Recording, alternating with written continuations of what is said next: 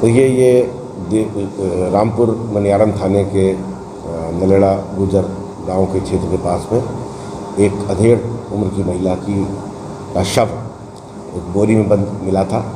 उसको खोल के जब देखा गया तो प्रतीत हुआ कि संभवतः उसकी हत्या की गई, ऐसा प्रतीत हो रहा है।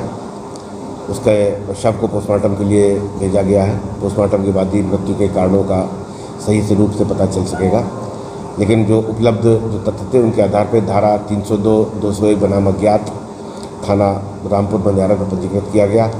महिला की शिनाख्त कराने के प्रयास किए जा रहे थे। अभी थोड़ी देर पहले उन प्रयासों में सफलता प्राप्त हुई है, महिला की शिनाख्त हुई है। मृत्यु के सही कारणों की जानकारी होकर और सभी तथ्यों के आधार पर विवेचना करते हुए अज्ञात अभियुक्तों का पता लगाया जाएगा और वैधानिक कार्रवाई की जाएगी।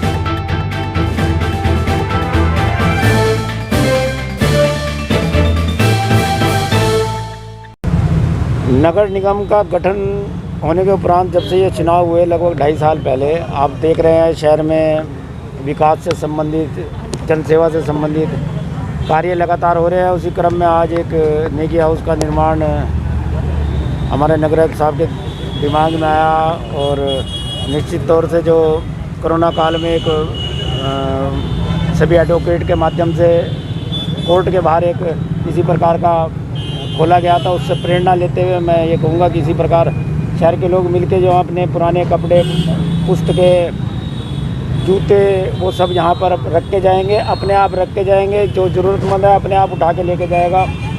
किसी पे कोई ऐसा प्रतिबंध नहीं है कि भाई कोई किसी को छांट के देंगे या वो अपने आप रखो, अपने आप ले जाओ। सहारनपुर महानगर में भी चिन्हित तो नहीं किया है, लेकिन निश्चित तौर से आपका अच्छा प्रश्न है। शहर के हर कोने में इस प्रकार का एक नेकी हाउस खुल जाए तो शहर के गरीब लोगों को उसका लाभ मिलेगा। बनाया है हमारे यहाँ पे श्री नगर आयुक्त जी ने और हमारे मेयर साहब ने।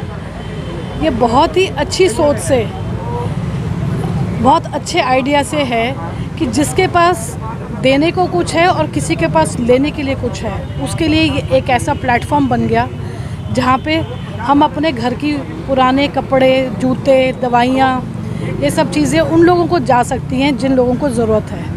ये बहुत अच्छा विचार है और इससे देखिए आपस में अगर हम एक दूसरे के साथ शेयर करके रहते हैं तो ये बहुत अच्छी चीज़ है, क्योंकि शेयरिंग से आपके यहाँ कभी कोई चीज़ कम नहीं पड़ती बल्कि बढ़ती है।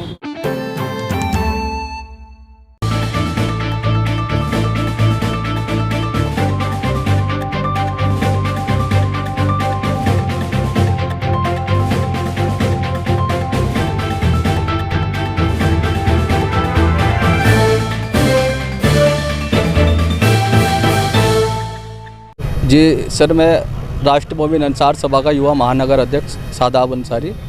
सर, हम साप्ताहिक बाज़ार वाले हैं। सर, साप्ताहिक बाज़ार लगे हुए सर तकरीबन 6 महीने हो गए। सर, इन 6 महीनों में सर सबसे बड़ी समस्या रोजी रोटी की हमारे लिए सबसे बड़ी संकट है सर। तो सर इस दरमियान सर कहीं भी हमारा साप्ताहिक बाज़ार नहीं लग रहा। उसको लेकर सर हम एडीएम साहब से मिले थे। एडीएम साहब ने एसपी सिटी को आदेश किए। एसपी सिटी साहब को हमने ज्ञापन दिया। सर, हमारी मांग ये है तो सर ये हमारे साप्ताहिक बाज़ार लगने की अनुमति मिली जाए, ताकि हमारे बेरोज़गार जो हम हैं, हमारी बेरोज़गारी दूर हो। सबसे बड़ी समस्या सर हमारे बीवी बच्चे सर भूखे मर रहे हैं, हमारे लिए काम कारोबार के लिए की है सर। हम जितने सर फड़ी वाले हैं और सर सबसे बड़ी समस्या हमारे लिए सर ये साप्ताहिक बाज़ार की है।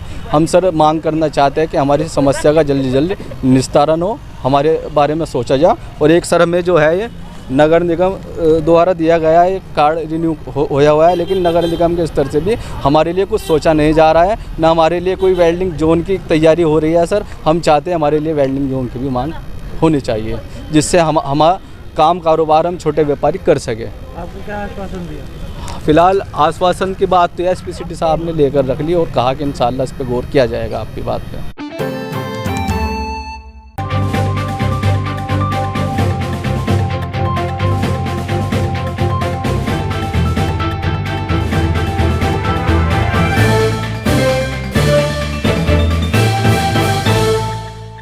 साथियों, कोरोना तो आया एक महामारी के रूप में, लेकिन सरकार और अधिकारियों ने इसे अपनी कमाई का रास्ता बनाने का काम कर लिया है। आज हमारे महिलाओं को तो सिर्फ घरों में काम करने के लिए होती है, गरीब महिलाएं हैं जो घर घर अपनी मेहनत करके अपना घर चलाने का काम कर रही हैं, उन्हें अपने घर से निकलकर बिजली घर तक आना पड़ा। उसका कारण है जितने नए स्मार्ट मीटर लगे थे उनमें अत्यधिक बिल आने का काम हो रहा है। लगातार बिजली के रेट बढ़ाने का सरकार काम कर रही है और अगर ये लोग अपनी बात कहने का काम करते तो कुछ सुनवाई करने के लिए अधिकारी मौजूद नहीं मिलते हैं तो उनसे ढंग से बातचीत नहीं की जाती है। हमारा मानना है दो चीज़ों पर लगाम लगनी चाहिए, एक तो स्मार्ट मीटर में क्या दिक्कत है उसके बारे में, और दूसरा सुबह एक बिजली विभाग की टीम मोहल्लों में जाने का काम करती है। चोरी पकड़ने का कहते काम किया है, लेकिन चोर को ये अवगत कराने का काम नहीं करते कि हमने चोरी की है, तो आपने चोरी की है उसका ये प्रमाण है और आप लोग आके से बातचीत करो। जब उनके बिलों में जुड़ कर आने का काम होता है तब उन्हें पता चलता है कि हमारे यहाँ चोरी हुई, हम कर रहे थे। अगले को नहीं पता चोरी है, क्योंकि अगर बिजली अधिकारी जई लाइनमैन से अगर बदतमीजी होगी या उनसे कहा सुनी होगी तो उन्हीं के कहने पे उनकी एफआईआर दर्ज हो जाती है और उन्हें जानकारी नहीं होती गुनाह मैंने किया है। साफ तौर पर अधिकारी को दो बात साफ करनी पड़ेंगी, स्मार्ट मीटर में इतना बिल आने का कारण क्या है जब कंज्यूम कम हो रहा है। दूसरा, अगर हमारे यहाँ बिजली चोरी पाई जाती है तो हमें उसका एक नोटिस तुरंत दिया जाए उसी टाइम और हमारे उस पर साइन कराने का काम किया जाए।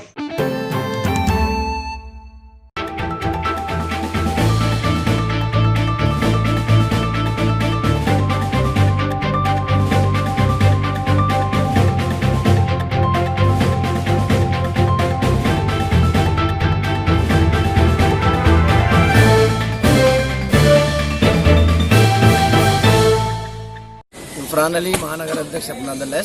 किस मामले में है? कानपुर से हमारे जिला अध्यक्ष जी ने जैसे कि बताया कि नगर आयुक्त महोदय द्वारा हमारे कार्यकर्ता का उत्पीड़न किया जा रहा है, वैध दीवार को तोड़ने का कोशिश की और उनके साथ बदतमीजी करी।